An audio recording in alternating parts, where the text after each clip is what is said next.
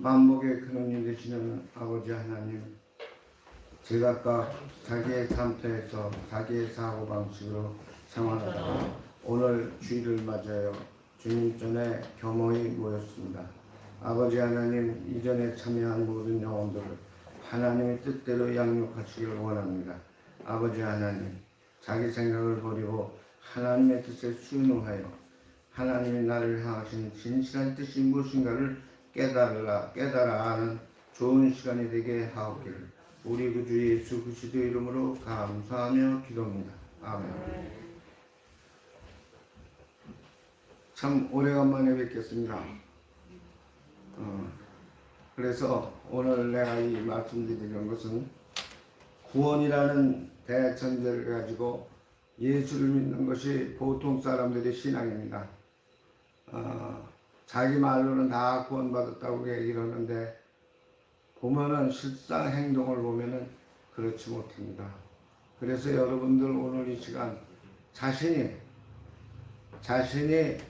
과연 하나님의 뜻에 부합한 구원받은 영혼인가를 한번 생각해 봐야 됩니다.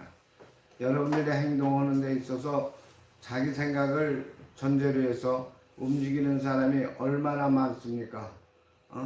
그러나 하나님께서는 우리에게 생활의 방편을 말씀으로 주셨고 그 말씀을 기억한 영혼들이 자신이 어떻게 살아야 된다는 것을 잘 알아야 합니다. 그러나 많은 사람들이 그것을 모르고 자기 기분 내키는 대로 자기 생각대로 사는 경우가 종종 있습니다.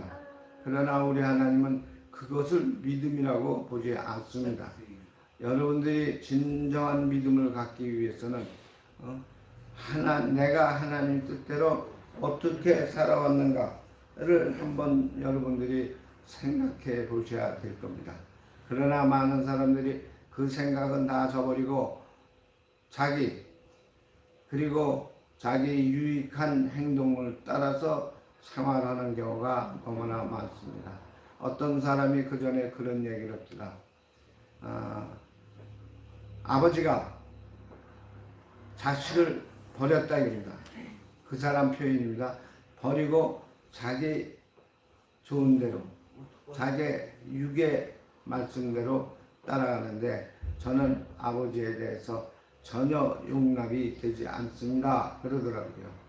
그러면 아버지가 내 뜻대로 생활하는 것을 원한다면은 그것이 기쁨이겠죠. 그러나 우리 하나님은 아버지는 자기 뜻대로 살고 계시고 자기는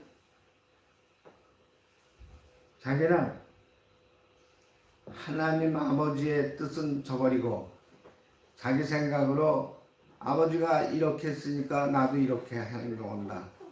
아버지가 말씀을 떠나서 자식을 되돌려보질 않으니까 나도 아버지를 버리겠다. 글쎄요. 저 사람이 그러니까 나도 그런다 하는 우리 얼른 생각하면은 그 사람 말이 맞는 것도 같아요. 그러나 내가 볼 때는 절대로 그건 아닙니다. 아버지는 나를 버렸으나 나는 아버지를 버릴 수 없다는 이러한 엄연한 사실을 알 때 언젠가는 그 아버지가 나를 찾을 수 있는 계기가 됩니다. 근데 아버지가 나를 찾는 계기를 본인이 저버리고 불평만 하고 원망만 하고 생활하다 보면 결과적으로 두 사람이 똑같은 범죄를 범하는 것입니다. 그래서 제가 오늘 여기서 말씀드리고 싶은 것은 구원받을 사람이란 하나님의 뜻이 나에게 어떻게 역사를 하고 있는가를 생각해야지 아버지가 이랬으니까 나도 이렇게 한다. 아버지가 자식을 등으로 돌리고 말았으니까 나도 늙은 아버지를 그렇게 한다. 이런 생각을 갖고 있는 분들이 간혹가다 있습니다. 그리고 요새는 집회를 안 나갑니다만은 그 전에 집회 나갈 때 그런 저를 느꼈어요. 어떤 사람이 나보고 그래요. 난 예배를 마쳤는데 목사님 저희 남편은 구원을 받았습니까? 그래서 남편이 소천됐습니까? 그랬더니 그렇대요. 그래서 남편의 생활이 어땠습니까? 그랬더니 자기가 셋째 부인이래요. 그럼 남편하고 산 사람은 자기는 남편하고 안 살았대요. 그리고 그랬는데 우리 남편 구원 받지 않았겠느냐 이게요. 그 전에 집사도 오고 직분을 많이 가지고 있었던 사람인데 전혀 나중에는 자기 뒤로도 여자가 한 서너 있었고 그런데 저보고 그걸 물어요. 그래 저는 그런 소리를 했습니다. 나는 당신 남편의 삶의 현장을 못 봤기 때문에 뭐라고 얘기할 수가 없습니다. 그랬더니 이 사람이 나보고 그런 얘기를 했다. 구원 받았겠죠? 그럼 여러분들 뭐라고 대답하겠습니까? 그냥 저 냅다 한 방 쏘고 싶은데 쏴지지가 않죠. 왜요? 좋은 생각으로 마무리하고 싶어서 그랬어요. 그래서 당신이 그렇게 생각했으면 천국 간 거겠죠. 그렇게 밀어버리고 말았어요. 그러나 제가 볼 때는 생활이 그렇게 난잡한 사람이 글쎄 천국 갔겠습니까? 참 어려운 거죠. 여기에서 은혜를 구원받았다는 것은 제가 좀 잊어버렸는데 우리말로는 은혜로 표현이 되어 있지만 원문상으로는 이 은혜가 여러분 분명히 알아야 해요. 은혜가 여기에 써 있는 한글적인 은혜가 아니라 하나님의 은혜입니다. 그 은혜에는 여기에는 이 원서를 보면은 네 가지가 있어요. 이 은혜에는 그 사람들이 우리에게 준 은혜, 이것은 국문학적인 은혜가 아니고 이 은혜는 성도들이 깨우쳐야 할 은혜입니다. 그래서 이 은혜에는 5가지 표현이 있는데 뭐냐면 믿음이고, 두 번째는 세례고, 세 번째는 이 은혜 내용에는 거듭남입니다. 그런데 우리 옛날 어르신들이 번역할 때 이것을 한 단어로 묶어서 한 게 아니라 따로따로 나왔는데 이거를 따로따로 하면 문장이 이상하잖아요. 그래서 그에 나온 것이 은혜입니다. 그래서 이 은혜를 가지고 우리가 믿음의 삶을 살아야 하는데 은혜를 한 가지로 생각하게 믿음입니다. 첫 번째. 그래서 우리가 믿음하죠. 그래서 뭐라 하냐면 믿음 하나를 가지고 성도들의 믿음의 길을 표현할 때 은혜라 쉽죠. 그러나 이 한 가지가 은혜가 아니라 은혜는 4-5가지가 있어요. 그런데 그 문장을 쓸 때 은혜, 믿음이다, 세례다, 그리고 거듭남이다, 이런 거를 책으로 쓴다면 문장이 되질 않기 때문에 하나로 은혜로 표현하고 있는 것입니다. 그래서 우리가 하나님의 은혜는 다양합니다. 이 은혜를, 다양한 은혜를 우리가 잘 해석해야 해요. 그래서 이 은혜를 잘못 해석하게 되면 결과적으로 그 사람의 신앙은 잘못돼요. 우리가 지금 첫 번에 뭐랬어요? 믿음이죠. 성도 한 사람 교회 들어오면 뭐라 그래요? 믿음. 그래서 당신은 구원받았습니다. 그런 얘기했는데 여러분 구원받은 게 아닙니다. 구원은 그렇게 믿음 하나 교회에 등록했다고 해서 구원으로 얘기하면 그건 잘못된 겁니다. 그래서 우리가 믿음을 교회 생활하면서도 신앙인 같지 않은 사람들 있죠. 그거 참 조심해야 합니다. 마음으로는 천국 갔는데 실제 행동으로는 지옥 가는 행동을 한 사람들이 많죠. 그래서 그리고 또 세례라는 건 뭐예요? 많은 사람들이 이 세례로 말미암아 구원에 이른다라는 확신. 제가 성지순례 갔을 때 외국 사람들 세례 주는 걸 봤어요. 그런데 그들의 행동은 참 진실했습니다. 우리들이 생각하는 이러한 세례가 아니에요. 그리고 그들은 목사나 세례 주는 목사나 성도가 혼연일체가 된 그런 모습을 봤습니다. 요단강가에서. 그렇기 때문에 여러분, 신앙에 있어서 세례라는 것은 그 사람 목숨과 같은 겁니다. 그런데 목숨과 같은 건데 오늘날 기독교인들이 세례를 우스운 신발짝 내던지듯이 내던져요. 신앙이라는 것은 그 세례가 얼마나 중요한 것을 알아야 됩니다. 세례 없이는 구원도 없는 겁니다. 세례에는 예수 그리스도의 대속의 은혜가 뼛속 깊이 기록이 되어 있습니다.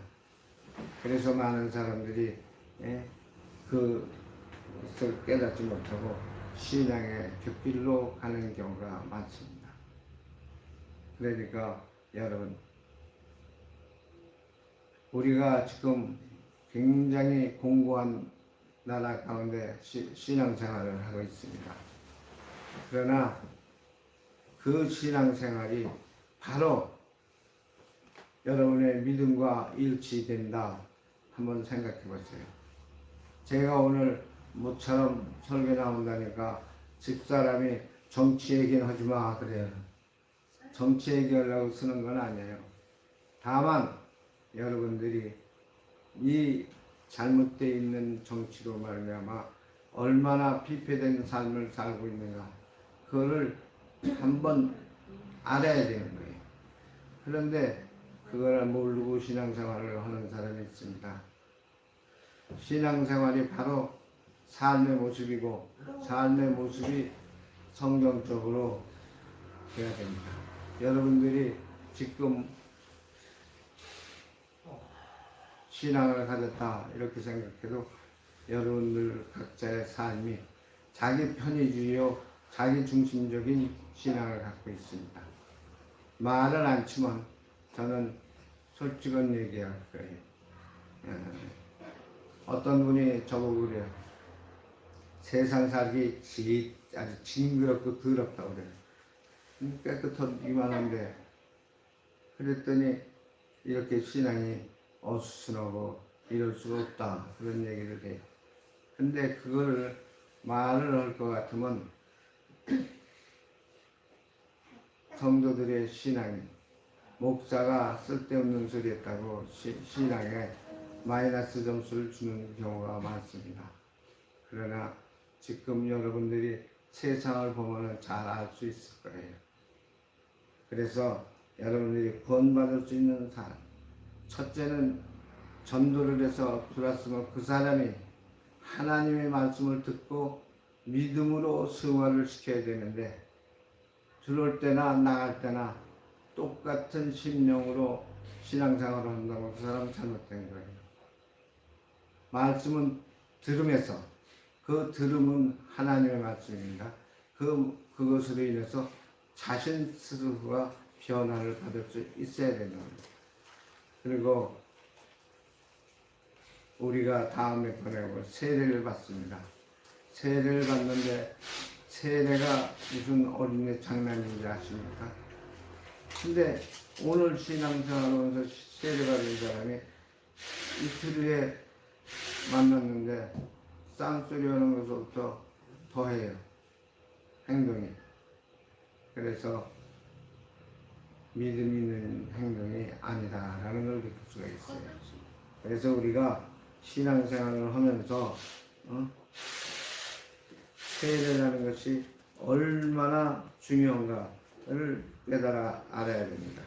마태복음 3장 6절에 볼 것 같으면 이 세례에 대해서 잘 말씀하고 계십니다. 3장 6절에 자기들이 죄를 자복하고 요단강에서 그에게 세례를 받다는 얘기입니다. 세례는 자신의 죄를 자복해야 됩니다. 자복하고 나서 그가 결과적으로 신심을 바르게 세우는 기독교인이 돼야 그 사람은 종국에는 하나님의 사람이 될 수 있습니다. 그런데 신앙 그저 기분 좋게 신앙생활 한다고 그러니까 그러죠. 그가지 물한 주먹 머리에다 붓는데 그거 보다고 내 마음이 바뀌지 않아.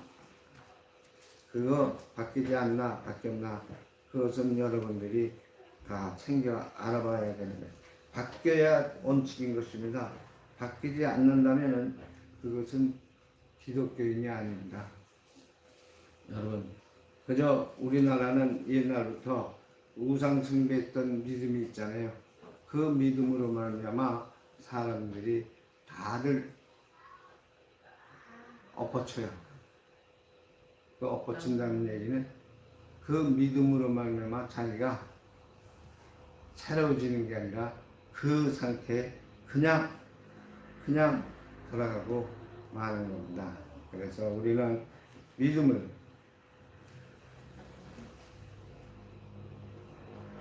그래서 우리는 이 신앙을 가지고 신앙생활에 바른 길을 갈 수 있어야 되는 것입니다. 그래서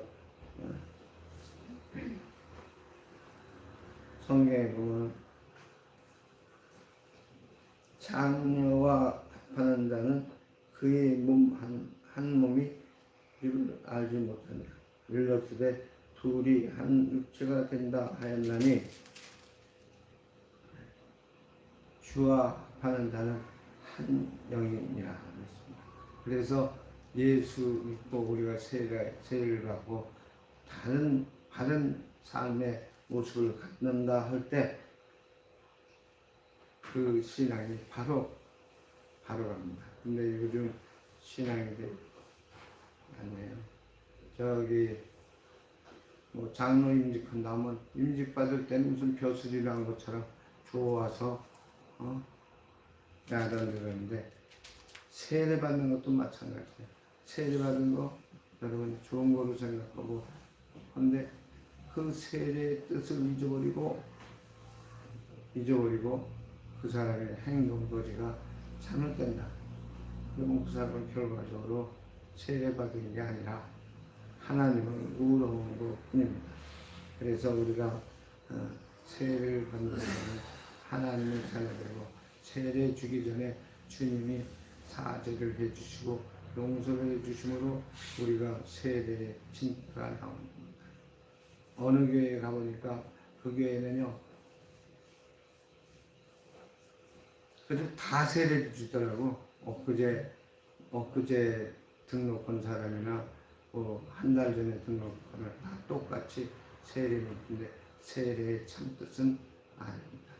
세례는 하나님께서 우리에게 제사를 허락하시고 주님이 우리의 죄를 용서하신 가운데서 우리가 세례에 임해야 하는 것이 진리 안에 사는 자의 모습입니다. 그래서 세례, 기독교인은 기필코 세례를 받아야 합니다. 안 받는 사람도 많은데 그 세례가 구원과 밀접한 관계가 있습니다. 그러니까 여러분들이 세례 받을 때는 기도를 열심히 하고 하나님께 자신의 잘못을 사과하고 그리고 열심히 있는 신앙을 갖는 기독교인이 되어야 할 줄로 압니다. 그런데 많은 사람들이 세례를 하나의 형식으로 생각합니다. 그리고 예수 믿음은 들음에서 나니까 우리가 그 말씀을 자꾸만 듣다 보면 새 사람이 돼요. 그런데 그렇지 않고 옛사람 그대로 있는 사람이 있습니다. 새 사람이 돼야 거듭나는 사람이에요. 주님이 뭐라고 그랬어요? 거듭남이 없이는 주님을 볼 생각하지 말라고 그랬어요. 근데 많은 사람들이 10년을 믿었건 20년을 믿었건 세례를 받은 지 온전히 오래됐건 뭐였건 그들은 세례를 하나의 장난으로 알고 세례 받은 건지 안 받은 건지 모르고 세례의 결과는 우리가 거듭남에 있습니다. 그래서 예수 믿으면서 세례 받으면 딴 사람이 돼야 돼요. 어떤 사람이요 세례 받고 그 사람이 이제 부부 생활을 하는데 그 사람이 그런 얘기를 합니다. 저는 다시는 딴짓거리 않겠다 이럽니다. 그러면서 뭐라 하냐면 세례 받았으면 세례 받은 거 갖고 해야지. 그러니까 뭐라 하냐면 요즘 기독교인이 교계 이혼율이 참 많습니다. 근데 그 사람이 말을 하다 이런 얘기를 해요. 저는 마누라가 서방질을 해도 저는 그냥 넘어갑니다. 그래요. 왜요? 지금 기독교인들이 서방질하는 것 때문에 이혼하는 사람이 얼마나 많은데요. 제가 옛날에 했기 때문에 저는 그냥 넘어갑니다. 저가 안 하고서 한다면은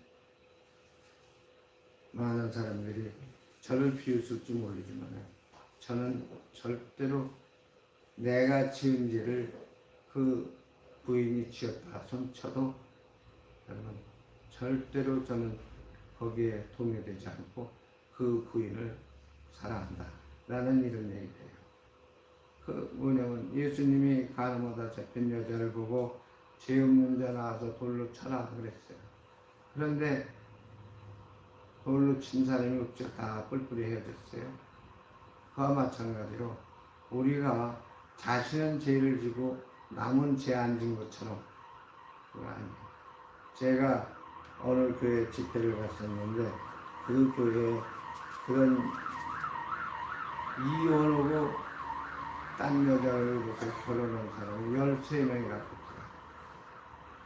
그래서 아니 그런 어디 어딨어? 그랬더니 자기는 그러고 다녔어도 부인은 정결하기를 원했던 것이 사명수입니다. 사람이 거듭났으면 거듭나기 전에 자기가 못된 짓을 하고 다녔어도 거듭나고 나면은 못된 짓을 부인도 했는데 부인 못된 짓을 용서해주고 새 사람으로 가야 합니다. 아까 말씀드린 것처럼 자기가 범죄고 똑같은 범죄를 여자가 했다고 해서 그것을 범죄화해서 가정문제, 사회문제로 야기되는 예가 허다히 많습니다. 그러나 그렇지 않다 이겁니다. 그래서 거듭났다 하면 내 죄나 네 죄나 같은 거예요. 근데 내 죄는 나한테 죄진 건 안 되겠고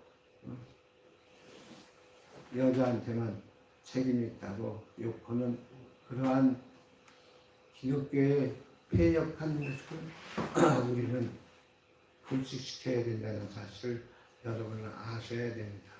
근데 한국교회 절대 안 그렇습니다. 제가 아는 사람이 그런 식으로 생활을 했어요.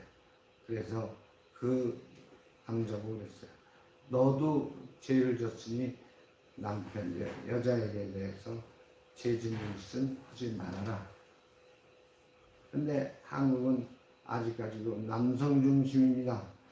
그래갖고 많은 사람이 폐역한 길로 가고 있으면서도 여자가 폐역한 길로 가는 걸 원치 않는, 원하는 사람은 없겠죠. 그러나 그런 얘기가 허다히 있다는 얘기입니다. 그래서 남자도 예수를 믿으면 거듭나야 합니다. 거듭남이 없으면 하나님 볼 수 없다고 그러셨어요. 거듭나야 그 사람은 온전히 하나님의 자녀입니다. 제가 여러 해 전에 미국의 어느 교회를 갔는데 나중에 알고 보니까 그 교회에 이혼한 목사가 13명이 있었다고. 그래서 제가 깜짝 놀랐어요. 근데 사람들이 신앙생활을 그렇게 하면 안 됩니다. 예수님이 가늠하다 잡힌 사람들을 죄 없는 데 나와서 쳐라 했다라는 게 성경의 글자로만 얘기한 게 아니라 성경 그 내용 자체를 우리가 보고 깨달아야 됩니다. 자기 부인이 죄진 거는 죄고 내가 죄진 건 죄가 안 된다면 그거는 하나님의 뜻이 아니죠. 그렇기 때문에 예수를 온전히 믿으려면 온전히 믿으라. 그러한 사고방식을 버려야 됩니다. 뭐라고 하셨어요? 그러니까 오늘 본문의 내용처럼 뭐예요? 세례받는 거 그리고 그 나머지 본인이 잘 알아서 해야 됩니다. 남자는 한국교회 이혼율이 왜 그렇게 하늘같이 올랐습니까? 다들 자기는 깨끗하고 마누라는 잘못된 걸 알고 그러한 잘못된 신앙 안에서 자기의 의만을 주장하는 한국교회, 그게 큰 모순과 폐단입니다. 그러니까 여러분 신앙생활을 성경에 있는 대로 여러분도 꼭 해나가시는 그러한 믿음이 되었으면 합니다. 지금 보세요.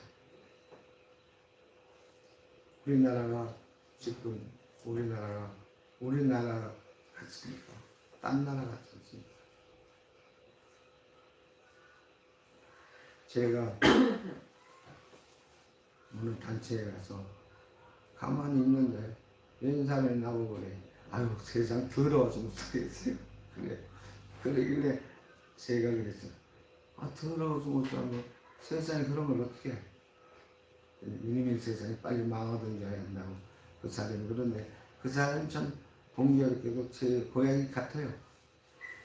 우리 집에서 한 몇 킬로, 몇 안 떨어지면 행정구역상만 달라요. 그래서 제가 그랬어요. 당신 거기 신경 쓰지 마. 그랬더니 어떤 사람이 내가 정치 얘기만 한다고 그래. 정치 얘기는 그 사람이 꺼내서 한 거지. 내가 정치 얘기를 한 건 아니에요. 그랬더니 여러분들도 신앙생활을 하면서 제일 중요한 것은 절대로 남이 탓을 하지 말고 자기 탓을 연결해서 신앙의 정도를 가야 합니다. 그래서 오늘날 대형교회도 제가 봤는데 그 대형교회도 어떠한 모습입니까? 다들 남의 탓만 하는 사람들이에요.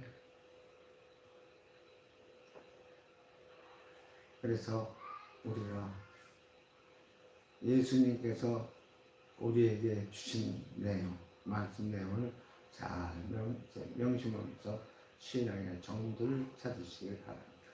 나는 괜찮고 너는 죄다 아닙니다. 그 죄가 나에게서 파손된다는 사실을 분명히 아시고 여러분들이 거듭나고 중생하는 믿음으로 가정과 사회와 국가를 생각해보면 여러분들이 그 하나님의 말씀의 뜻이 온전히 이루어진다는 것을 여러분들이 알아야 됩니다. 그래서 오늘 여러분들이 세례를 받았으면 그저 물 세례를 받았다 그거를 끝나지 말고 여러분들이 죄에 대한 공평하신 주님의 그 뜻을 따라서 여러분들이 신앙의 정도를 찾으시길 바랍니다. 그럴 때 우리나라에는 참 기독교인이 생기는 거예요. 왜냐하면 참 기독교인이 안 생기는 원인이 어디서 다 삶의 모습이 달라지기 때문에 오늘날 여러분들이 교회에 와서 앉았다 가십니다만 가실 때 한 번 더 마음을 챙기시길 바랍니다. 절대로 하나님은 여러분 여기 앉았다 가는 걸 갖다 그저 물탁으로만 보시지 않습니다. 여러분들 말씀을 듣고 가는 믿음에서 승리하는 여러분이 돼야지 여러분들이 의자만 앉았다 한다고 해서 하나님이 여러분을 인도하시지 않습니다. 그러니까 오늘 우리가 구원받는 것은 오늘 본문의 그 가루 속에 나오는 말씀이지 너희는 은혜로 구원을 받은 것이다. 하나님의 은혜로 구원을 받았다. 근데 이 은혜가 내 삶에 얼마나 진실되게 역사되는가를 보셔야 합니다.